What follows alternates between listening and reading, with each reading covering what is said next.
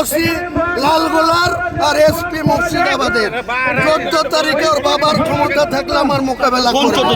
বেলা 11টা থেকে 1টা এসপি অফিসকে ঘেরাও, কোনো নোটিশ দেবো না, 1 লাখ লোক নিয়ে হুমায়ুন কবির যান। আপনারা সবাই কপি নেবেন।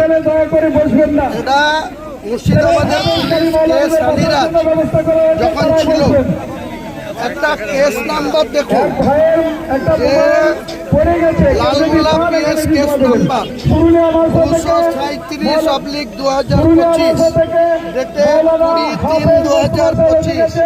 এই কেসে এনডিপিএস কেসে কে আসামি ছিল, এখানে ডিটেলস লালগোলার পুলিশ স্টেশনের পুলিশের কেস নাম্বার, তার সেকশন সব আছে। তারপরে 22 তারিখে আমি নতুন দল খোলার পর কিভাবে চক্রান্ত করে বহরমপুর পুলিশ পিটির পুলিশকে সানিরাজের নির্দেশে লালগোলার ওসি, লালগোলার সিআই আর ভগবানগোলার এসডিপিও কিভাবে সুপারিশ করেছিল সেন্ট্রাল গভর্নমেন্টের ইনকাম ট্যাক্স ডিপার্টমেন্টে, সুপারিশ করেছে, তার অ্যাসেসমেন্ট করেছে।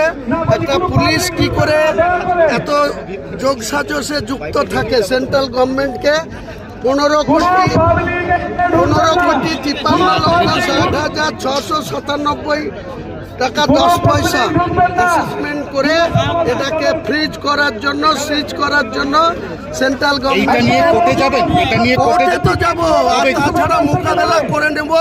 বহরমপুরে 14 তারিখ বেলা 11টা থেকে 1টা পর্যন্ত এসপিকে রাস্তায় ঘিরে রাখবো। কোর্টে মুভ তো সেন্ট্রালে, দিল্লিতে মুভ করবো, কলকাতায় করব, সেসব পরে বলছি, কিন্তু ডকুমেন্টস নিয়ে এসছি, আপনাদেরকে কপি দিব। এরা যে যোগ সাজস করেছে তার প্রুফ এটা, যে কেসটা যেটা হয়েছে, যে কেস রেফারেন্সে আমার বিআই, আমার মেয়ে, আমার জামাইদের ফাঁসিয়েছে 15,53,00,000